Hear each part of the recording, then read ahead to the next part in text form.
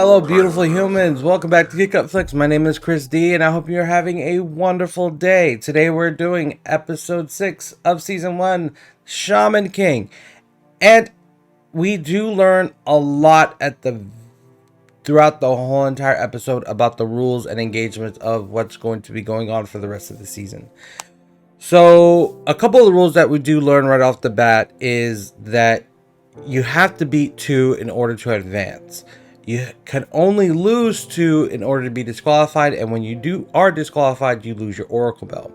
Ways to lose is that you lose your oversoul through the weapon that you're using breaks, if you faint or take on too much damage, or if you run out of mana. Those are ways. Another way that actually wasn't mentioned in the beginning of the episode that you do learn a little bit later when Yo's right about to fight. If it wasn't for his opponent called Horoho, who wanted to see Yo's spirit that he was fighting with, because I guess he was just hiding it or just wasn't showing it. I'm not too clear on that aspect. Was that if he didn't engage his Oversoul right then and there, right before the timer was about to hit 0 to start the fight, Yo would have been disqualified. So this also tells me at a specific time these fights are also set up. Now, this also goes to show you Yo's experience in setting up all these fights, because his opponent knows a lot more. In fact, Yo's whole entire team doesn't know a lot as well, which actually kind of makes me think of, like, why? Like, you know, is Anna supposed to know more? Is she supposed to teach him? When was Yo supposed to learn all these rules? Or was it the fact that his happy-go-lucky, everything will be fine, everything will fall in its place? And one thing that I really did like is Yo got a new uniform that Anna created by hand, but it ended up being the same thing that I guess he would train in as a kid. Not like he took training seriously, because, you know, Yo's a little bit lazy. And at the same time, not weak at the, you know, from the looks of it, just lazy. You know, he wants to be the Shaman King and have a good and easy life. But I think he's going to have to learn how to pick it up just a little bit in order to make it. So this is Horoho from the Anu tribe, and his pretty much dream is to bring Butterfield plants back to Earth, because I guess his spirit that he uses is like kind of like an ancient spirit, to where they help teach the people how to hunt, fish, use the land, create fire, and all these different things. And then as time went on, when they needed them less and less and less, they eventually turned their homes into living spaces for themselves and kind of destroyed a lot of their butterfields, which is actually supposedly pretty good for the earth and their people.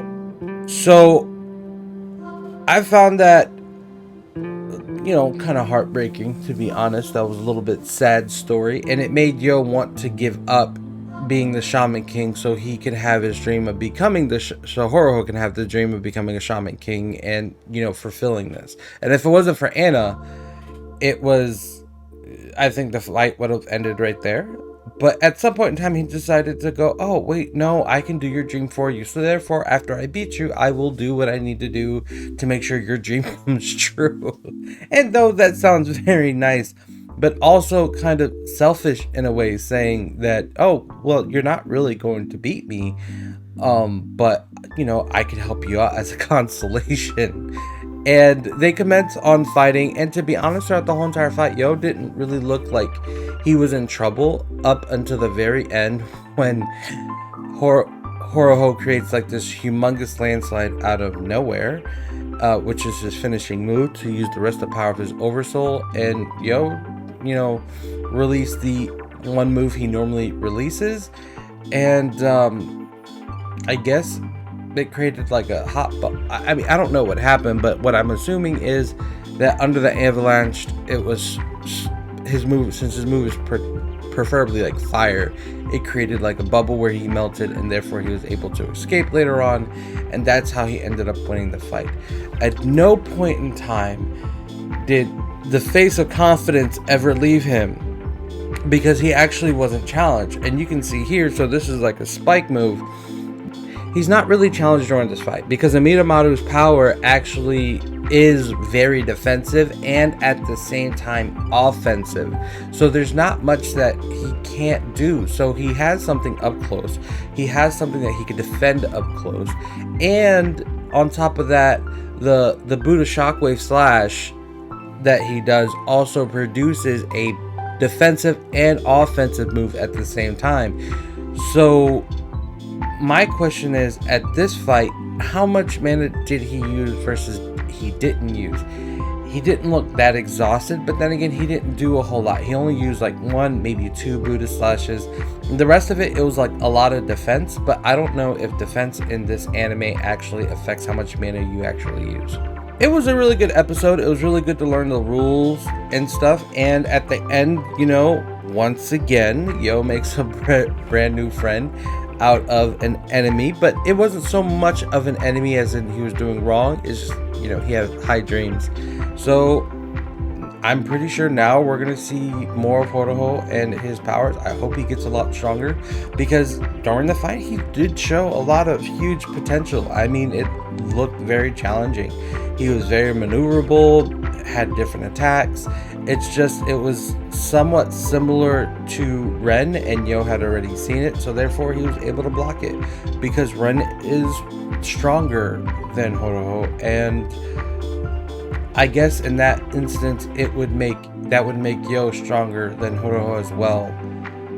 One big thing that they did slip into this episode was to teach the lesson that if you have a big dream, you fight for it.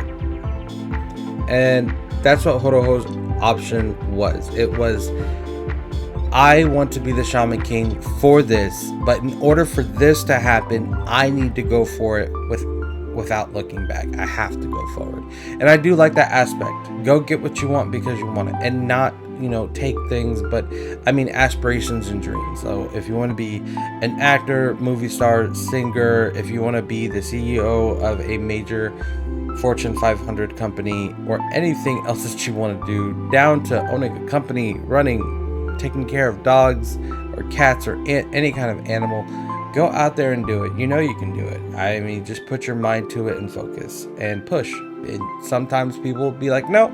Other people will be like, yes. But at the end of the day, it depends on what you believe and if you can make it or not. It just takes time, training, and confidence. And no, it will not always be easy. But I think that's all I have to say about that one aspect of this episode. So pretty much, if you like more and you want to see more, hit the like button, hit the subscribe button, because it helps me out. And hit the bell notification for whenever the bell rings, because I do notice that those who do watch my episodes, about 89% of you are not subscribed. So go subscribe and let me know down in the comments what you thought about this episode. So till then, peace.